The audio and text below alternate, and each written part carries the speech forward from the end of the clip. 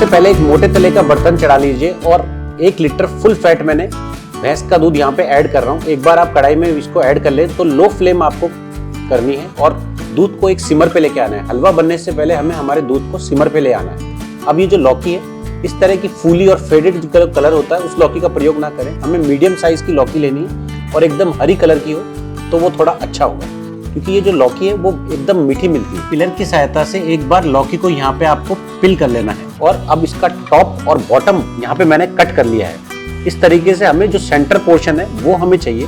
तो centre portion में जो बीज होते हैं उसको मेरे को यहाँ से निकालना है, इसलिए तो मैंने इस लौकी को 4 भाग में कट करके क्वार्टर में कट कर लिया है।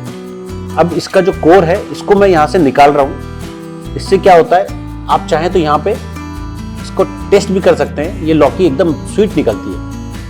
इससे क्या होता है, जो हमारी लौकी का हलवा है उसका टेक्सचर बहुत अच्छा बन के आता है। आप चाहें तो बीज सहित भी ग्रेट कर सकते हैं। अब जो ग्रेटर का बड़ा साइज का पोर्शन है उससे मैं लौकी को ग्रेट कर रहा हूँ, क्योंकि हलवे के अंदर अगर आप इसको बारीक वाले साइज से करते हैं तो हलवा खिला खिला नहीं बनता है। अब एक कढ़ाई में ले रहा हूँ जिसमें आप मोस्टली घरों में जलेबी बनाते हैं, उसका प्रयोग मैं कर रहा हूँ। इससे क्या होता है, हलवे के अंदर चारों तरफ से इसको हीट मिलती है और हलवा अच्छा बनता है। 3 बड़े चम्मच मैंने इसके अंदर घी डाला है और लौकी को जब आप ग्रेट कर लें तो फटाफट से आपको यहाँ पे घी के अंदर इसको भूनना है, वरना लौकी क्या है अपना कलर बदल देती है और काली सी पड़ जाती है। इसलिए तो मैंने फटाफट से घी के अंदर इसको ट्रांसफर कर दिया है। और अब आप एक लकड़ी का स्पून लेके अच्छे से इसको स्टेयर कर लीजिए और इस स्टेज पे हमें इसको अच्छे से भूनना है। आप देख सकते हैं कि मैं किस तरह से इसको भून रहा हूं। अब लौकी को स्टेयर करते हुए आपको 4 से 5 मिनट के लिए घी में मीडियम फ्लेम पे से भूनना है, जब तक कि आपकी जो लौकी है वो हल्की सी ट्रांसलूसेंट ना हो जाए।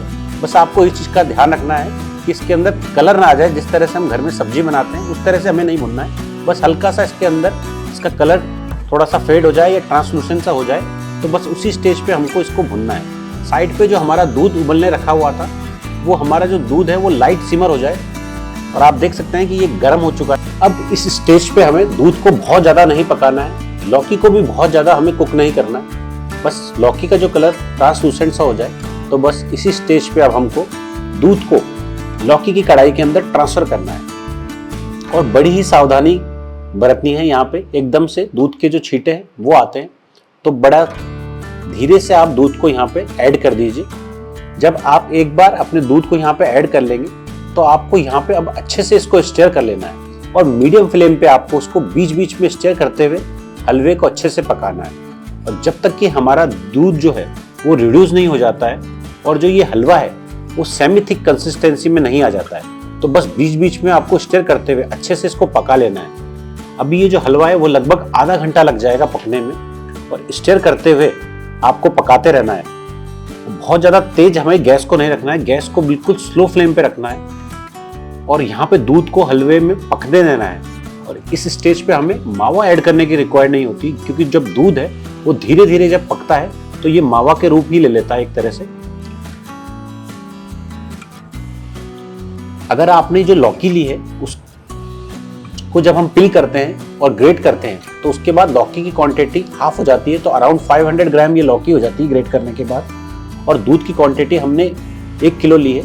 और अगर आप मार्केट से मावा परचेस करके यहाँ पे ऐड करना चाहते हैं तो फिर आपको 500 ml ही दूध की रिक्वायर्ड रहती है।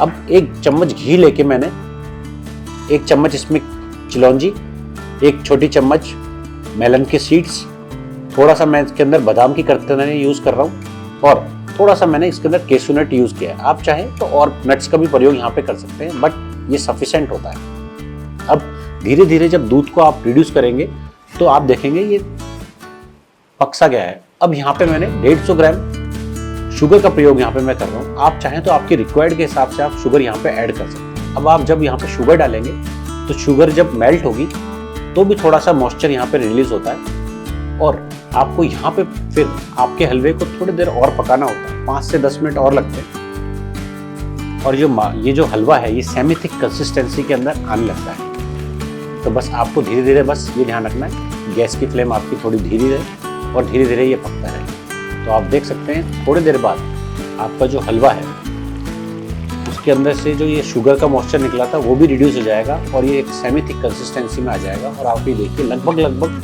90% आपका हलवा ये रेडी हो चुका है। और यहाँ पे जो हमने घी के अंदर नट्स भुने थे वो मैं यहाँ पे ऐड कर रहा हूँ। और आप देखिए कितना सुनहरा इसका कलर आ चुका है। कैरेट्स को तो हम विंटर सीजन के ही अंदर कंज्यूम कर सकते हैं, लेकिन लौकी जो है वो आपको 24 मिलती है और हर सीजन में आपको लौकी मिल जाती है, तो इसका हलवा बहुत ही ज़्यादा बेहतर बनता है। और ये आप यकीन मानिए सेम टू सेम आपके गाजर के हलवे की तरह ही लगता है। तो ज़रूर आप मेरी ये रेसिपी ट्राई करें, बहुत ही इजी प्रोसेस है इसको बनाने का।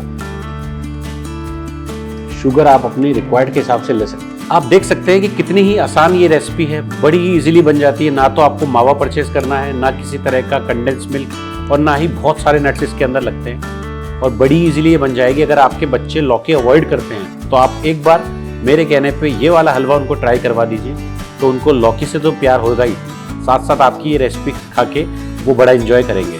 और अगर आपको मेरी ये रेसिपी भा गई हो तो प्लीज़ लाइक, शेयर और सब्सक्राइब करना बिल्कुल भी ना भूलिए।